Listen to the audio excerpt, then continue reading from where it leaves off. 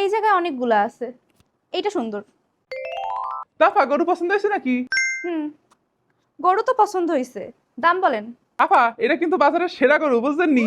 এককালে উষা গরু সবগুলোর চাইতে। অত কিছু শুনতে চাই না, গরুর দাম বলেন। আপা এককালে নেওয়ার মতো দাম বলি, গরুতে দিয়েন 4 লাখ। 4 লাখ?